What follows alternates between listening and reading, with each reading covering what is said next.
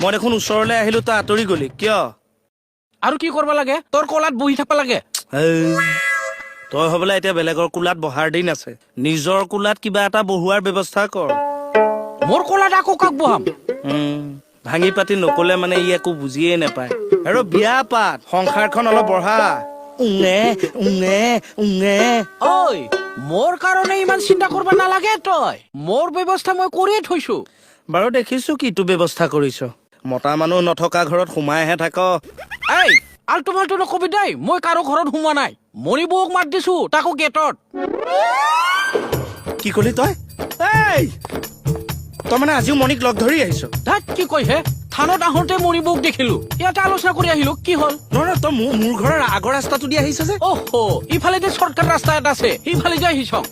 চাবি দেই ফাইলো শ্বৰ্টকাট ৰাস্তা বিচাৰোতে কোনোবা দিনা তোৰ লাইফ মই শ্বৰ্টকাট কৰি দিম চিঃ, কি ইমান কলা মনৰ মানুহ হে সি হেৰি অলপ মাত দিবচোন কেনে ধৰণৰ মাত মানে মানুহ লগত কেনেকে কথা পাতবা লাগে নাজানা নেজানো আমাৰ আকৌ গেটৰ মুখত ৰৈ মাইকী মানুহৰ লগত কথা পতাৰ অভ্যাস নাই যে ধেৎ মনে মনে থাক সব সময়তে ফুটনি ভাল নালাগে দেই ফটো আমি ভাল নালাগে নে সঁচা কথা শুনিবলৈ ভাল নালাগে এইটো কিন্তু ঠিক কথা কৈছে আজিকালি সঁচা কথাৰ একেবাৰে মূল্য নাই কোনেও শুনিব নিবিচাৰে আমি শুনিম বাৰু কওক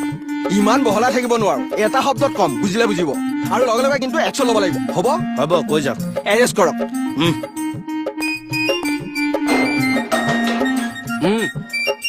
বলক বলক আহক এইফালে কলো এইফালেহে যাম নহয় এইফালে নহয় এইফালেহে আৰে আমি জানো আৰে টানিছে কেলে এইফালে যাম আমি এইফালে। জানোতো এইফালেহে যাব লাগে মোক ইয়াত সোমোৱালে কেলে আপুনিয়ে দেখোন কৈছে এৰেষ্ট কৰিবলৈ নহয় বুজকচোন মনে মনে আৰে হেৰি এইবিলাক কি কৰিছে মোক ইয়াত সোমোৱালে কেলে বাৰু খোলক বুলি কৈছো নহয় এতিয়া খোলক কিন্তু ছাৰ কোনো কিন্তু নাই কথাৰে বতৰাৰে চিধা মোক লকাপত ভৰাই দিছে মই অপৰাধী নেকিহে আৰে আপুনিয়ে দেখোন এৰেষ্ট কৰিবলৈ কৈছে মই ভাবলা মোক এৰেষ্ট কৰিবলৈ দিছিলো তাকে ভাঙি পাতি ক'ব লাগে এৰেষ্ট কৰ বুলি ক'লে মইতো আপোনাকে ভৰাই থম না হ'ব একো নাই হৈ যায় কেতিয়াবা এনেও আপুনি যিটো বুজিব লাগে সেইটো নুবুজে পাতৰ কচু বোলে কিয় গাত ঘৰি মৰে হে নহয় ছাৰ সি আহি পেলাই মোক যাবচোন মইতো কৈছো বোলে এখেতে আহিছে এ হ'বহে মনে মনে থাকক আহক বেয়া নাপাব আহক বহকচোন আচ্ছা আপোনাৰ পৰিচয়টো দিয়কচোন হেৰি জীৱন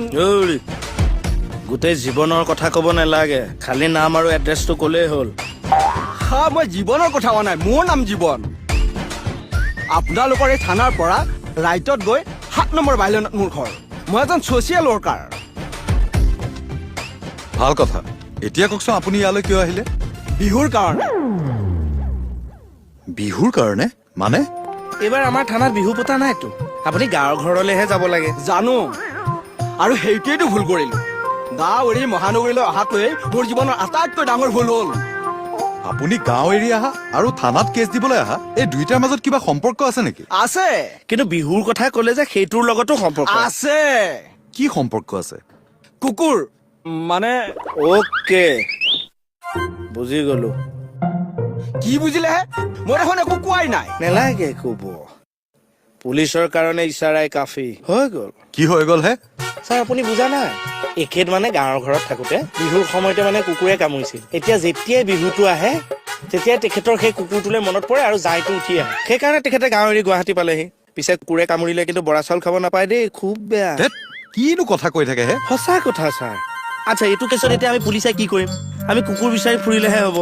আপোনাকনো কোনে কুকুৰ বিচাৰিবলৈ দিছে তেনেহলেনো আপুনি থানালৈ কেলে আহিছে খাটনিয়াৰ তেখেতৰ কথাখিনি ক'বলৈ সুবিধা নিদিয়ে কিয় লাভ নাই নহয় তেখেতে কৈ একো লাভ নাই